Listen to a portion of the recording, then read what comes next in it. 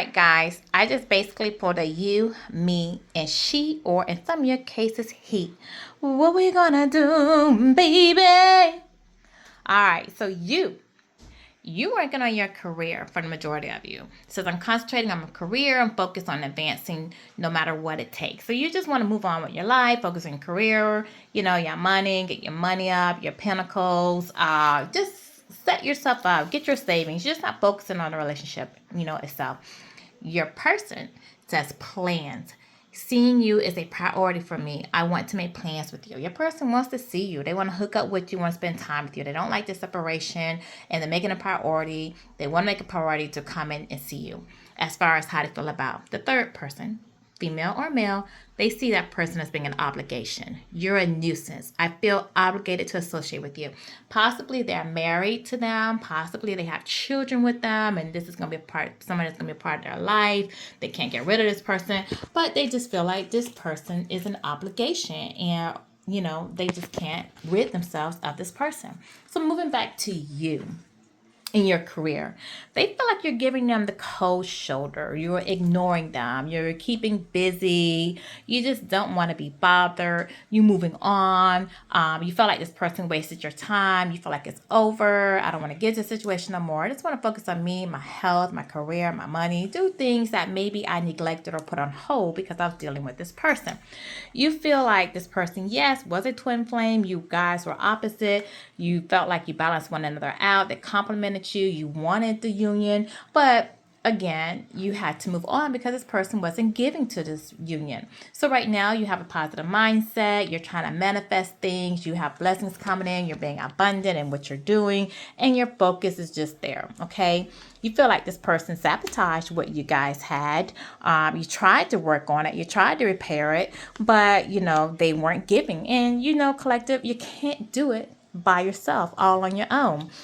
So you're just trying to have faith. That love is coming, whether it's going to be that old person or new person. That new love is coming. And you're just going to have faith that the right person is going to come to you at the right time. Okay. And you're promoting more self-love for yourself as well. And your heart is open to love. If the person gets together, maybe possibly rebuilding with them, but if not, you're just open to love itself. Your person, on the other hand, the he or the she, and what we gonna do, baby? All right, they're thinking of you. They're nostalgic. They're missing you. They're grieving you. They're fixating on you. They're trying to manifest you back. They're trying to manifest a reunion. They're looking at old photos you guys had, thinking about memories you shared together, possibly listen to songs, text messages, whatever you guys have. You're on their mind 24/7. They feel like if they just give it time, everything will work out in divine timing. The relationship will flow. You guys to get better. This person feel like time is going to be a positive thing on this relationship, but I feel like the more time they give you, honestly, the more time that you're realizing your worth, your value, what you need, what you want, the more time you have to reflect on what really went wrong in the relationship. Okay. How they did not show up for you. More time you have to focus on the games that they played, the deceit, the manipulation, and time is not really a friend, but an enemy. But I don't think this person realizes this. They're thinking, oh, they'll miss me. And then when I do reappear, when I do contact them, they'll be so happy to hear from me that we'll be able to put the past in the past and just move on. I'll be good. I get my foot back in the door. That's not necessarily how it works, but to a narcissist, that's how it works. Okay. This person does want to reach out to you. They are going to send you some type of message, to let you know they're thinking about you. They may send you a telephone message, they may call, send you a message, post something on your media, send you a letter, drop by your house, pop up. But this person wants to let you know they're thinking about you.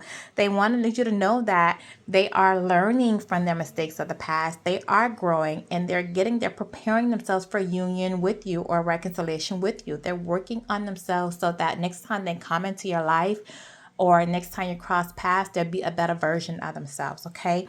They are watching you, possibly stalking your page, probably writing by where you live. They're looking up things on you, keeping an eye on you. If not, possibly maybe asking friends or family members or whoever you guys may have in common that they can talk to. Probably, hey, do you know what's going on with so and so? How they're doing? What's going on with them? Are they seeing somebody? They're inquiring, okay? But they definitely have their eye on you in some type of way. They feel like, they don't want to be in silent treatment no more. They want to stop their pattern of behavior, which caused them to lose you. They want to cut out the things that came in between the two of you, whether it was the behavior, whether it was people, friends, family, or whoever. They just don't want that silent treatment with you anymore. They want to communicate with you. They do know that it was them who self-sabotaged the relationship. They're very frustrated with themselves at this time. They feel like maybe they were lacking confidence. Maybe, you guys were so well put together, so confident, so bold in knowing what you want, speaking what you want, manifesting. You guys would just had your crap together, and they felt like they weren't able to match you at the level you were. Okay, this person lacked confidence. They just feel like maybe they weren't enough. Maybe you guys were more established than they were, but this person's really doing, replaying a lot of events because they're trying to figure out, like, well, why didn't I get to the collective? Why didn't it work? And they really can't find any real reason as to what you did wrong, as to why the relationship didn't work, other than their own ego, their own fears, and that's why they're frustrated with themselves. Okay, they had an outdated way of thinking. Maybe they thought, oh, that man is supposed to have this and come with this and do this and do that, and a woman is supposed to cater to men. Whatever their outdated trend thinking was, however they were programmed from their past or from family or from their relationships, it caused them to sabotage the relationship with you. Okay, this person does have unconditional love for you. They know that you showed them unconditional love. They love the affection that you gave towards them. You were very selfless with your love. Okay. They were very attracted to you. So, as far as the chemistry, that was there. The love you gave, that was there. Your self love, how you love on yourself, they were attracted to that as well. It was their own insecurity, their own flaws, and maybe even some responsibilities that they could have had, because we go here to the third party, which I don't think was a job, well, a person, because it says obligation. You're a nuisance. I feel obligated to associate with you. They feel like maybe this person, it could be what held them back from you, their obligation to this other person, this other party. They have trust issues between them. They're fighting. It's a one-sided relationship. There's poor communication, even how they speak to each other. They speak negative to each other, maybe talk down to each other. Possibly the third party is very rude, can tear your person down on how they speak. They're constantly getting into disagreements, maybe even about you, collective, because it's you, me, and he. Okay, so they feel like it's a one-sided. One party of this couple may be putting in more effort than the other because somebody really does not want to be there. I feel like the third party is spying on you. They know about you and they're doing research on you, like, well, who is this person? What is he or she about? What they got going on? Why my person like them? What is it about them they like so much? And your person may be speaking highly of you, and maybe, like I said, it may be a bone of contention between them in regards to you. All right. So they're researching you, they're spying on you as well. Your person possibly could be married to this person or engaged or in some type of long-term relationship. Could be a child's mother or someone, but they feel like they did have some type of soul connection with this person, and it very well could have been. All right, if your person felt like you were their twin flame, or if you guys were twin flames, and this person could have just been a karmic soulmate along their path to take them to a certain part of their life, to teach them lessons. And your person wants to learn lessons from them, and then once the lessons are learned, they're supposed to cut ties and then move on to elevate, to move on. But this person just did not cut ties, or at least there are no boundaries with this person. Okay, the third party, they view your third party as being a narcissist, somebody who love bombs them, but someone who's very self-absorbed. And that's why I feel like it's a one-sided relationship, because maybe your person felt like they were putting more work into this relationship at one point than the third party, or maybe the third party feels like that. But someone in a relationship, they feel like the third party comes in, love bombs them, like buy something, things, spend time with them, do nice things. And then once they get back into that situation, then and that person, the third party, feels comfortable, the third party stops doing the things that they were doing initially to gain their attention, to make them want to give into that relationship. Okay. But I feel like with this mirror being out here, like the third party really mirrors back to your person, things about themselves, their negative traits or negative behaviors, and they probably really codependent on each other. They're mirroring to one another the same things about themselves that they need to work on. But I just feel like nobody's really working on anything 10-10 when I say that. So they see your third party as being the girl with the snake, somebody that they cannot trust, somebody who uses them, somebody who charms them or charms others to get what they want. And then once they get what they want, then they move on to the next person. Not somebody who's really in it for the love, but in it for what they want and need. Somebody who likes material things more than likely, okay? And maybe uses sex as a tool, or love bombs, buys them gifts, take them out to eat, do little things for them. And then once they get them, then, they ease off of that. And all of a sudden, they're not doing these things anymore. They feel like they need to really put some boundaries with this person, because they see the manipulation tactics, how it's so much back and forth and one-sidedness going on, and no real commitment, no real unconditional love. All right. So they feel like, the third party has chased them, and they feel like the reason the third party keeps chasing them and does not really want to let them go or let them move on is because they have fear of abandonment. I feel like really with the mirror being out here, they both fear abandonment, to be honest. They're codependent on one another. All right. But they really feel like this third party is codependent on them. And when they do try to get away, the third party keeps coming back in, trying to reel them back in, charm them to come back in, love bomb them, because they don't want to be alone. They're probably throwing emotional manipulation. Oh, well, I need you to do this. If you leave, then what's going to happen to me? If they got kids, what about the child? They need to be in a 2-parent household, or you need to take care of your child, or threaten them with child support or whatever.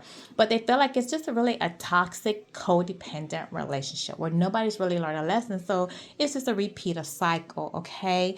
So you say, okay, so why is my person with this third party? If it's because I'm married, then it's understandable. But even then, if you're married and the relationship is not healthy, why are you still in it? But it's just they're there for stability. The third party is relying on them for a sense of stability and security. Okay. No one's growing, no one's grounding, but there is a codependence between the two. And it's all about 1222 when I say that. It's all about stability within that relationship. Maybe one's providing housing, maybe one's paying for the rent, maybe or the mortgage. There's some type of security. Either someone's offering somebody health insurance, life insurance, maybe somebody co-signed for a car for somebody, maybe they co-signed, they got property in their name, they got, merged bank accounts, whatever. There's some type of codependence. Maybe they even have a business together they're sharing in, but it's they third party, either they're offering the third party some form of stability, or the third party's offering them some stability, or just between the two. It's just they're just there not for love, but for security reasons. Because as you see on this whole side for third party, there's no love. But when we ask about you, we have love. Okay, get a love call. This person has love. They feel like with unconditional love. When we ask about you, you felt like, well, I'm just going to love by myself. I loved them. I thought they were my twin flame. I loved them. They did me wrong, so I had to move on. So when it comes to you, collective, there is love for you. They see you as loving. They see you as love. They see the third party as obligation. Okay, that they're stuck 1333 in this situation with somebody that they don't even trust. Okay, so the motivational message for you today is going to be guidance system. I love using my emotions as a guidance system. They show me how close or how far I am from what I want. When I'm feeling joy and doing the things I love, I am in a state of allowing for my desires. I notice when I'm feeling low vibrational thoughts, I shift them to release resistance. So that's your motivational thing. Use your body as your guidance system. Okay. When you're feeling happy, anxious, pay attention to these feelings, okay? Dependence, love, sad, hope, faith. Just feed into that. When you're feeling good and upbeat, use that to manifest what you want, all right? And go towards and allow for your desires. And then when you feel yourself feeling down, try to meditate, try to listen to some upbeat music. Try to think, why am I feeling low? And try to release that. If you feel like somebody's pulling on your energy, be like, I release this. This energy is not mine. I was having a good day. Now all of a sudden I'm feeling sad. Release that, because it could be your twin flame pulling on your energy, okay? Or it could just be an emotion coming up that you need to address and recognize, why am I feeling this way, so that you can address that and work on it and heal it, okay? So this is my message for you for today. Just a little tap in and let you know what you're feeling like working on, what your person wants to work on, and how they see the third party, okay? They didn't go towards something for love. They went towards something for stability and security, but they love you, all right? And you are their priority, and they are trying to find a way to come to you, to make plans with you, to see you again, all right? This is my message. Thank you. Have a good day.